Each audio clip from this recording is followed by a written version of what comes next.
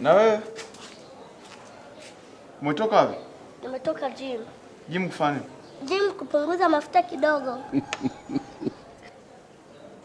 Jamani, hivi akatoto sinoka siku ile darasani? Unasikia? Leo nitakubonda. Ukiita mambo ya utoto wa siku ile nitakubonda leo. Nipo serious. Sawa? Usidhani kama ni utoto kila siku unaletea mimi darasani, mimi nitakuchapa. Nakuchapa sasa hivi. Shona wanafunzi wako unaanza kutafuta sifa. Ina wapole pia ina micheruko.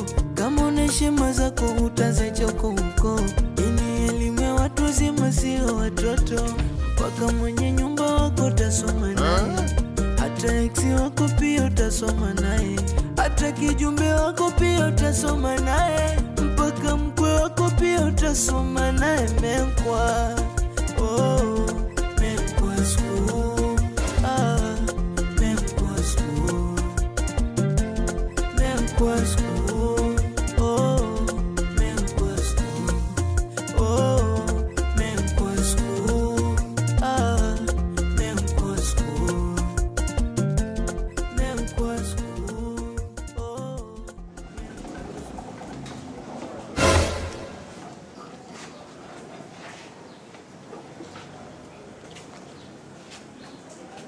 Najificha nini sasa?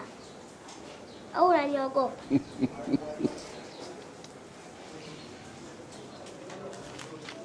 Huyu yuko wapi?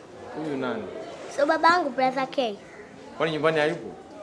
Tokea jana tulimwambia usije huko, ajaja kweli? Mamako yuko wapi? Mama yupo nyumbani analia baba hajarudi mpaka saa hizi. Haya, na shule hajaja hapa. Toka, nenda nyumbani. Toka. Lakini sio mbaya. Naomba hela ya nauli niende. Wewe. Toka.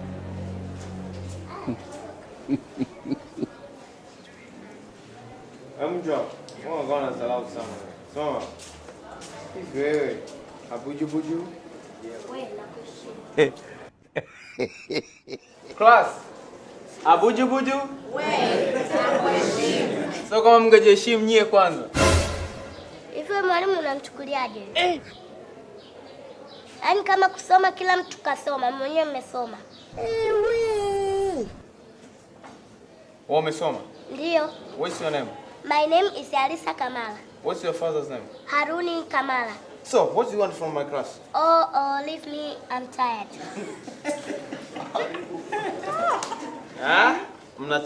Wewe, kamaanisha nini ule mtoto? Kako vizuri.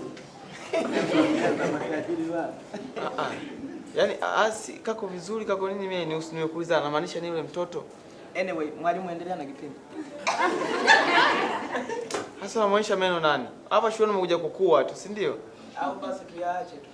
Anyway. Hivi ndugu yangu, kwa nini uhangaike wakati una line